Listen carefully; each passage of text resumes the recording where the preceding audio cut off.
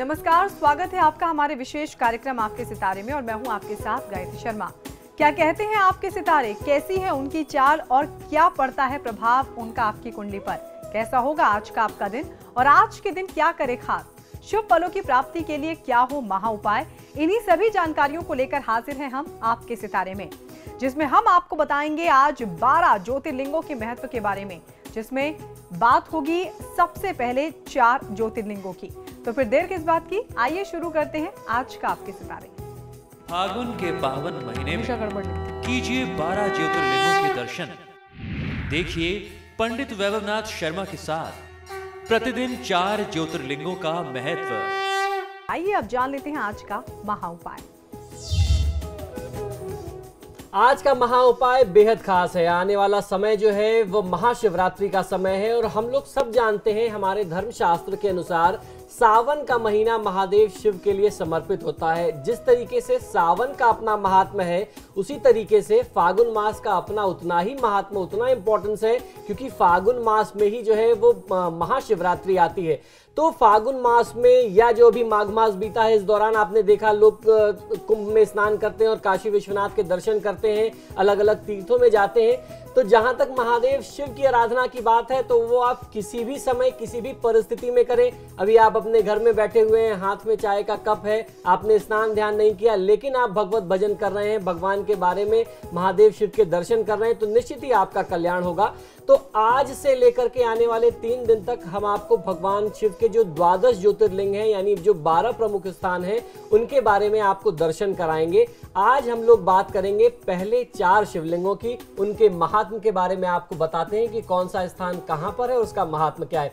जिस तरीके से सावन के महीने में महादेव शिव की पूजा अर्चना करते हैं, ठीक उसी प्रकार फागुन के महीने में भी भगवान शिव के दर्शन करने से हर प्रकार के कष्टों से, पापों से छुटकारा मिल जाता है और आपकी समस्त मनोकामनाएं महादेव शिव और मां गौरी, मां पार्वती पूर्ण करती हैं।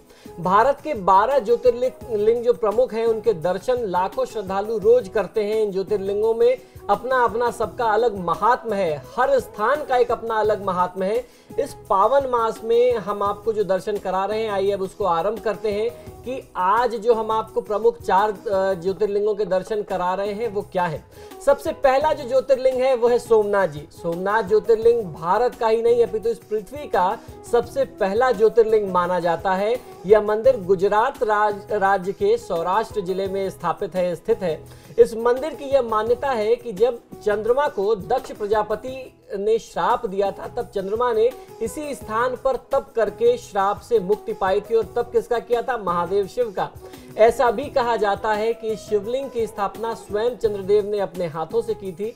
विदेशी आक्रमणों के कारण 17 बार यह मंदिर नष्ट किया जा चुका है, लेकिन हर बार ये बनता है और बिगड़ता है और फिर स्थापित होता है। महादेव को अपने स्थान से आज तक कोई हटा नहीं सका, कोई हिला नहीं सका।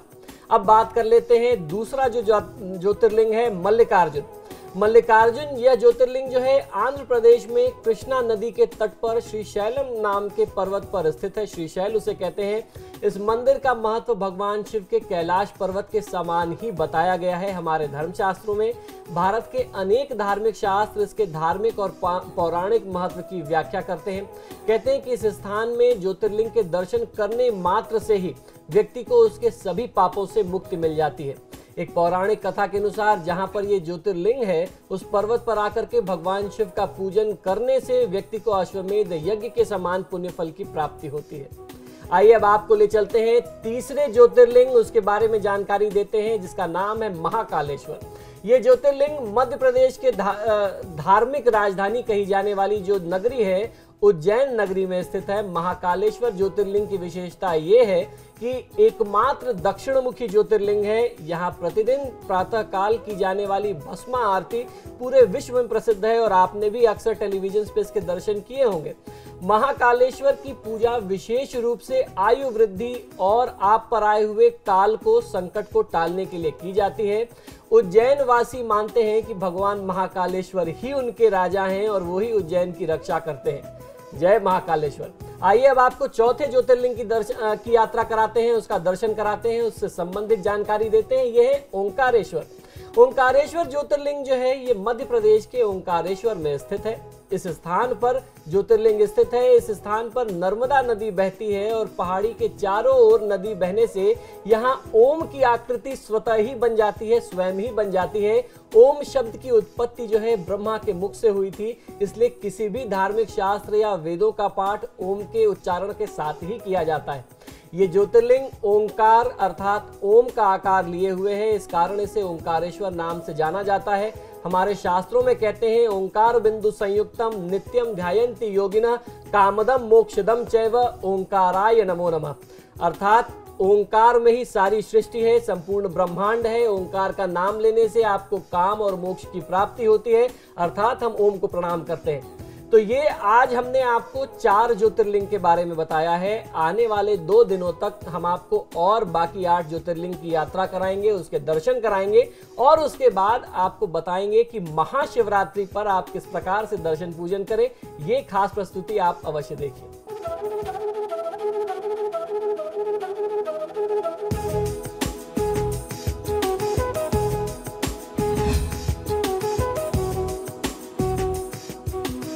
नमस्कार, स्वागत है आपका हमारे विशेष कार्यक्रम आपके सितारे में और मैं हूं आपके साथ गायत्री शर्मा। क्या कहते हैं आपके सितारे, कैसी है उनकी चाल और क्या पड़ता है प्रभाव उनका आपकी कुंडली पर? कैसा होगा आपका आज का दिन और आज के दिन क्या करें खास? शुभ फलों की प्राप्ति के लिए क्या हो महा उपाय? इन्हीं सभी जानकारियों को लेकर हाजिर हैं हम आपके सितारे। कल हमने आपको करवाए 12 ज्योतिर्लिंगों में से 4 के दर्शन। आज हम आपको ले चलेंगे 4 और ज्योतिर्लिंग के दर्शनों के लिए। तो फिर देर किस बात की, आइए शुरू करते हैं आज का आपके सितारे। फागुन के पावन महीने में कीजिए 12 ज्योतिर्लिंगों के दर्शन। देखिए पंडित वैभवनाथ शर्मा के साथ प्रतिदिन 4 ज्योतिर्लिंगों का महत्व। और आइए अब जान लेते हैं आज का महा उपाय। जी, आज का महा उपाय बहुत खास है। कल हम आपको 12 ज्योतिर्लिंगों में से 12 ज्योतिर्लिंगों की दर्शन करा चुके हैं, यात्रा करा चुके हैं। आज हम आपको ले चलेंगे 4 और ज्योतिर्लिंग की यात्रा पर और उसके बाद कल यानी शुक्रवार को आप बाकी जो बचे 4 हैं ज्योतिर्लिंग उनके दर्शन कर सकेंगे। और उसके साथ शनिवार को हम आपको बहुत ही खास 1 घंटे का एपिसोड लेकर के आपके लिए आ रहे हैं, जिसमें हम आपको बताएंगे कि इस महाशिवरात्रि जो रविवार को पड़ रही है, 10 मार्च को पड़ रही है, आप इस महाशिवरात्रि पर अपने राशि अनुसार कैसे शिव पूजन कर सकते हैं, राशि अनुसार कौन से मंत्रों का जाप आपको करना चाहिए, ये सारी जानकारियां हम आपको दे रहे हैं। फिलहाल अभी बात कर लेते हैं आज जो 4 और ज्योतिर्लिंग हैं वो कैसे हैं, उनका महात्म क्या है, उसकी आपको हम यात्रा पर ले चलते हैं। आइए, जिनका वर्णन और महत्व जान करके आपके समस्त पाप धुल जाएंगे और महादेव की कृपा से आपका जीवन जो है वो हो जाएगा धन्य।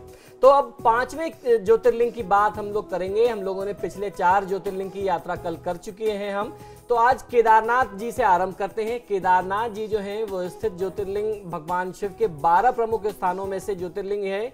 ये उत्तराखंड में आता है। बाबा केदारनाथ का जो मंदिर है वो बद्रीनाथ के मार्ग में स्थित है। केदारनाथ जी जो हैं वो समुद्र तल से 3584 मीटर की ऊंचाई पर स्थित हैं। केदारनाथ का वर्णन स्कंद पुराण एवं शिव पुराण में भी बहुत विस्तार से मिलता है।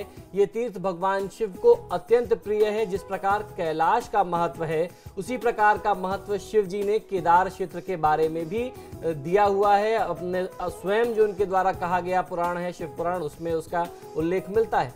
अब बात करते हैं 6ठे ज्योतिर्लिंग की, भीमाशंकर। भीमाशंकर ज्योतिर्लिंग जो है ये महाराष्ट्र के पुणे जिले में सह्याद्री नामक पर्वत पर स्थित है।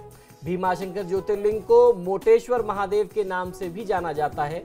इस मंदिर के विषय में मान्यता है कि जो भी भक्त श्रद्धा से इस मंदिर में आता है, प्रतिदिन सुबह सूर्य के निकलने के बाद दर्शन करता है, उसके 7 जन्म जन्मांतर के पाप जो हैं वो दूर हो जाते हैं और उसके लिए स्वर्ग के मार्ग खुल जाते हैं। स्वर्ग का मार्ग यानी मोक्ष का मार्ग जो है वह प्रशस्त होता है।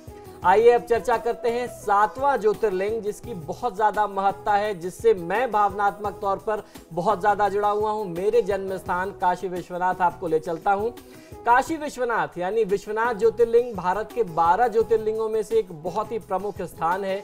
यह उत्तर भारत के काशी नामक वन, जो कभी किसी समय में काशी वन कहा जाता था, जिसे हम बनारस जानते हैं, वाराणसी जानते हैं, वहां स्थित है। काशी सभी धर्मस्थलों में सबसे अधिक महत्व रखती है, इसलिए सभी धर्मस्थलों में काशी का महात्म्य जो है सबसे अधिक कहा गया है। इस स्थान की मान्यता है कि यह स्थान सदैव बना रहेगा। ऐसा कहते हैं कि भगवान शिव के त्रिशूल पर बसी हुई ये नगरी है, हमारी जो काशी है, कभी पृथ्वी पर किसी भी प्रकार का कोई प्रलय भी आ जाए तो भगवान शिव इसकी रक्षा करते हैं। भगवान शिव इस स्थान को अपने त्रिशूल पर धारण कर लेंगे और प्रलय के टल जाने के बाद काशी को इसके स्थान पर वापस रख देंगे। ऐसा हमारे शास्त्रों में वर्णन मिलता है। अगर आप पुरानी हिस्ट्री देखें, काशी को जो है वो विश्व की सांस्कृतिक राजधानी कहते हैं। जितने भी पुराने शहर हैं पूरे विश्व में 5000 साल तक का पुराना इतिहास काशी का मिलता है, उसके पहले का इतिहास काशी का नहीं मिलता। इसलिए ऐसा मानते हैं कि अनादिकाल से काशी थी और काशी रहेगी। और काशी के बारे में यह भी कहा जाता है कि काश्यान मरणान मुक्ति, काशी में जो अपने प्राण को त्यागता है उसे मुक्ति मिलती है। आइए अब आपको ले चलते हैं 8वें ज्योतिर्लिंग यानी त्र्यंबकेश्वर की यात्रा पर। ये ज्योतिर्लिंग जो है गोदावरी नदी के तट पर के करीब महाराष्ट्र राज्य के नासिक जिले में स्थित है। इस ज्योतिर्लिंग का सबसे जो अधिक निकट ब्रह्मगिरी नाम का एक पर्वत है, ये उसी के समीप बसा हुआ है। इसी पर्वत से गोदावरी नदी जो है वहां से प्राकट्य होती है, यानी वहां से शुरू होती है। भगवान शिव का एक नाम जो है वो त्र्यंबकेश्वर भी है। कहा जाता है कि भगवान शिव को गौतम ऋषि और गोदावरी नदी के आग्रह पर यहाँ ज्योतिर्लिंग के रूप में रहना पड़ा था, यानी यहाँ पर स्थित रहना पड़ा था। तो ये आज हमने आपको 4 और ज्योतिर्लिंगों की यात्रा कराई। कल हम इस यात्रा को पूर्ण करेंगे, बाकी जो बची हुई 4 ज्योतिर्लिंग हैं उनके दर्शन कराएंगे और उसके बाद महाशिवरात्रि का पर्व आपके साथ मनाएंगे।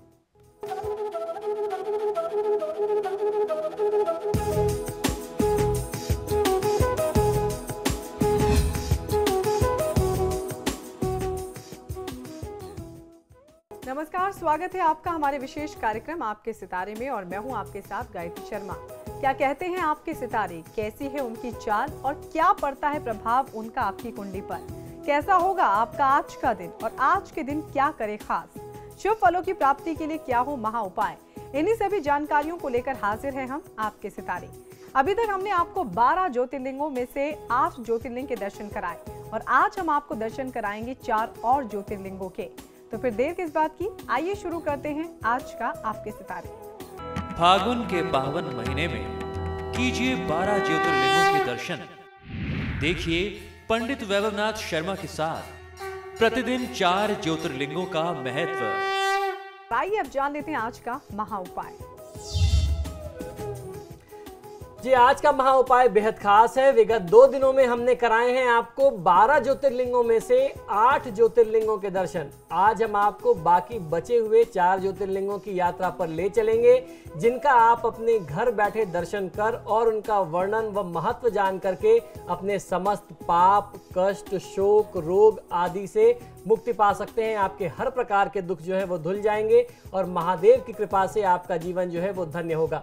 तो आइए अब इस यात्रा को आरंभ करते हैं 9वें ज्योतिर्लिंग जिसे कहते हैं वैद्यनाथ के दर्शन के साथ। श्री वैद्यनाथ शिवलिंग का जो समस्त ज्योतिर्लिंगों की गणना है, इसमें 9वां स्थान बताया गया है हमारे शास्त्रों में। भगवान श्री वैद्यनाथ ज्योतिर्लिंग का मंदिर जिस स्थान पर अवस्थित है उसे वैद्यनाथ धाम कहा जाता है। यह स्थान झारखंड प्रांत में है। पूर्व में बिहार प्रांत में संथागल परगना के दुमका नामक जनपद में पड़ता था ये। और इस स्थान पे दर्शन करने से आपके जितने भी कष्ट हैं, जितने भी दुख हैं, वो दूर हो जाते हैं। आप इनका दर्शन कर सकते हैं। अब चर्चा करते हैं श्री नागेश्वर नाथ जी के बारे में। यह नागेश्वर नाथ ज्योतिर्लिंग जो है वो गुजरात के बाहरी क्षेत्र में द्वारका स्थान में स्थित है। धर्मशास्त्रों में भगवान शिव नागों के देवता हैं और नागेश्वर का पूर्ण अर्थ नागों का ईश्वर होता है। भगवान शिव का एक अन्य नाम नागेश्वर भी है। द्वारकापुरी से भी नागेश्वर ज्योतिर्लिंग की दूरी 17 मील की है। इस ज्योतिर्लिंग की महिमा में कहा गया है कि जो भी व्यक्ति पूर्ण श्रद्धा और विश्वास के साथ यहाँ दर्शन के लिए आता है, उसकी सभी मनोकामनाएं पूर्ण हो जाती हैं महादेव शिव की कृपा से। आइए अब आपको ले चलते हैं 11वें ज्योतिर्लिंग रामेश्वरम के दर्शन में। यह रामेश्वरम ज्योतिर्लिंग जो है, यह ज्योतिर्लिंग तमिलनाडु राज्य के रामनाथपुरम नामक स्थान में स्थित है। भगवान शिव के 12 ज्योतिर्लिंगों में से एक होने के साथ साथ यह स्थान हिंदुओं के 4 धाम में से भी एक है। इस ज्योतिर्लिंग के विषय में यह मान्यता है कि इसकी स्थापना स्वयं भगवान श्री राम ने अपने हाथों से की थी। भगवान राम के द्वारा स्थापित होने के कारण ही इस ज्योतिर्लिंग को भगवान राम के नाम से रामेश्वरम का नाम दिया गया। आइए अब आपको ले चलते हैं 12वें और अंतिम ज्योतिर्लिंग के दर्शन और उसकी यात्रा पर। आपको बताते हैं उसका वर्णन। यह मंदिर है घृष्णेश्वर। यह मंदिर घृष्णेश्वर महादेव का जो प्रसिद्ध मंदिर है, महाराष्ट्र के औरंगाबाद शहर के समीप दौलताबाद एक जगह है उसके पास स्थित है। इसे घृष्णेश्वर या घुष्मेश्वर महादेव के नाम से भी जाना जाता है। दूर दूर से लोग यहाँ दर्शन के लिए आते हैं और आत्मिक शांति और सुख को प्राप्त करते हैं। भगवान शिव के 12 ज्योतिर्लिंगों में से यह अंतिम ज्योतिर्लिंग है। बौद्ध भिक्षुओं द्वारा निर्मित अलोरा की जो प्रसिद्ध गुफाएं हैं वह भी इस मंदिर के समीप ही स्थित है।